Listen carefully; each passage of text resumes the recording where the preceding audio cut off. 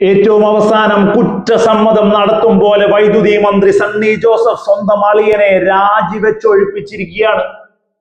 കഴിഞ്ഞ രാഷ്ട്രീയ പകലുകളിൽ മുഴുവനും അതൊരു വിവാദമായി വന്നപ്പോ അതിനെ കൃത്യമായി കണ്ണൂർ DCC തീരുമാനിച്ചതല്ലേ, ജില്ലാ നേതൃത്വം അയച്ചു തന്നാൽ ഒരു മന്ത്രിക്ക് തീരുമാനിക്കണ്ടേ എന്ന് പറയുന്ന ചെറ്റത്തരം രാഷ്ട്രീയ നെറുകേട് വിളിച്ചു പറഞ്ഞ ആളുടെ പേരാണ് സണ്ണി ജോസഫ് എന്ന KPCC പ്രസിഡന്റ്, വൈദ്യുതി മന്ത്രി.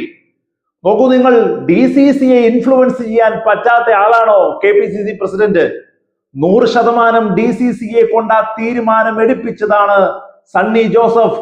എന്നിട്ട് സ്വന്തം അളിയനെ ഏറ്റവും ഉത്തരവാദിത്തപ്പെട്ട ലക്ഷങ്ങൾ സാലറിയുള്ള പോസ്റ്റിലേക്ക് കയറ്റിക്കൊണ്ടുവന്നു എന്ന് പറഞ്ഞ് 5 ദിവസത്തിനടുത്ത് പ്രതികരിക്കാതെ നടന്നു ഈ വൈദ്യുതി മന്ത്രി. എന്നിട്ട് അവസാനം പ്രതികരിക്കേണ്ട അവസ്ഥ വന്നപ്പോ നിവൃത്തികേട് കൊണ്ട് പറഞ്ഞത് എന്താ?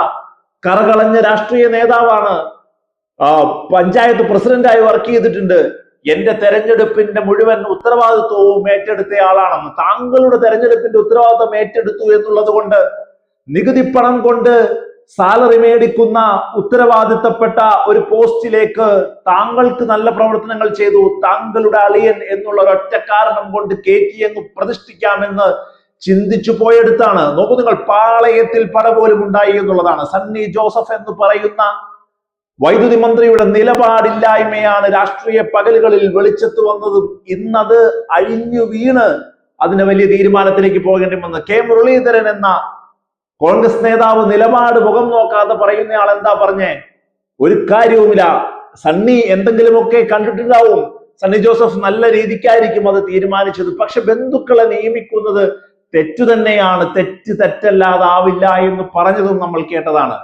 കോൺഗ്രസിലെ പാളയത്തിൽപ്പെട സണ്ണിക്കെതിരെ ഒരുങ്ങിയപ്പോൾ സ്വന്തം അളിയനോട് വരൂ സെക്രട്ടേറിയറ്റിൽ വന്ന് ചാർജ് എടുക്കൂ എന്ന് പറഞ്ഞ അതേ നാവ് കൊണ്ട് തന്നെ വേണ്ട, രാജിവെച്ചൊഴിഞ്ഞോ, നടക്കുന്നില്ല, നമുക്ക് കുടുംബപരമായിട്ട് കാര്യങ്ങളൊക്കെ ഇങ്ങനെ വലിയ രീതിയിൽ ക്യാഷ് ഉണ്ടാക്കാം, വലിയ രീതിയിൽ പ്രവർത്തിക്കാം, ഒരുമിച്ച് മുമ്പോട്ട് പോകാം, അത് നടക്കുന്നില്ല, എല്ലാവരും എല്ലാം കാണുന്ന കാലഘട്ടത്തിലാണ് ബെന്നി, നമുക്ക് രാജിവെച്ചൊഴിയാമെന്ന് പറയേണ്ട അവസ്ഥയിലേക്ക് സണ്ണി ജോസഫ് എത്തിപ്പെട്ടതെന്നുള്ളതാണ്. സണ്ണി ജോസഫ്, നിങ്ങളോട് പറയാനുള്ളത്, ഇനിയും ഈ നിലപാടുള്ള ആളാണെന്നുള്ള കപട രാഷ്ട്രീയ മുഖം വെള്ളക്കതർ ധരിച്ചിട്ട് മാധ്യമങ്ങളുടെ മുമ്പിൽ വന്ന് പറയരുത്. അസാധാരണത്വം നിറഞ്ഞതാണെന്ന് നിങ്ങൾ കണക്ക് കൂട്ടിക്കോ എന്നൊരു മാധ്യമ പ്രവർത്തകന്റെ ചോദ്യത്തിന് നിങ്ങൾ പറഞ്ഞതും ഈ രാഷ്ട്രീയ കേരളം കേട്ടുപോയതാണ്. ഒരു കാരണവശാലും നിങ്ങളുടെ നിലപാടില്ലായ്മയെ ഞങ്ങൾ ചർച്ച ചെയ്യാതിരിക്കില്ല എന്ന് അന്നു മുതൽ മുഖ്യധാര സോഷ്യൽ മീഡിയ മാധ്യമങ്ങളെല്ലാം തന്നെ ചർച്ച ചെയ്തതും അതുകൊണ്ട് തന്നെയാണെന്നുള്ളതാണ്.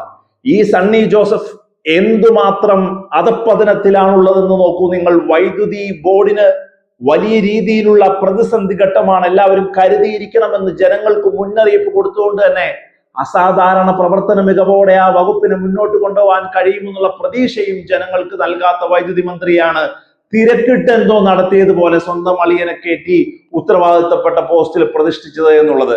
വൈദ്യുതി മന്ത്രിയുടെ കാര്യം അങ്ങനെ തീരുമാനമാകുന്നു. എന്താണ് വരാനിരിക്കുന്ന 5 വർഷം വൈദ്യുതി ബോർഡിൽ നടക്കാനിരിക്കുന്നതെന്നും വൈദ്യുതി വകുപ്പ് കൈകാര്യം ചെയ്യുന്ന മന്ത്രിയുടെ നിലപാട് എന്താണെന്നും കൃത്യമായി വെളിച്ചത്താവാൻ വേണ്ടി വന്നത് 30-ൽ താഴെ ദിവസങ്ങളാണ് എന്നുള്ളത് കൂടി ഈ രാഷ്ട്രീയ കേരളം വരും ദിവസങ്ങളിലും ചർച്ചയ്ക്കെടുക്കുമെന്നുള്ള കാര്യത്തിൽ ഒരു സംശയവും വേണ്ട.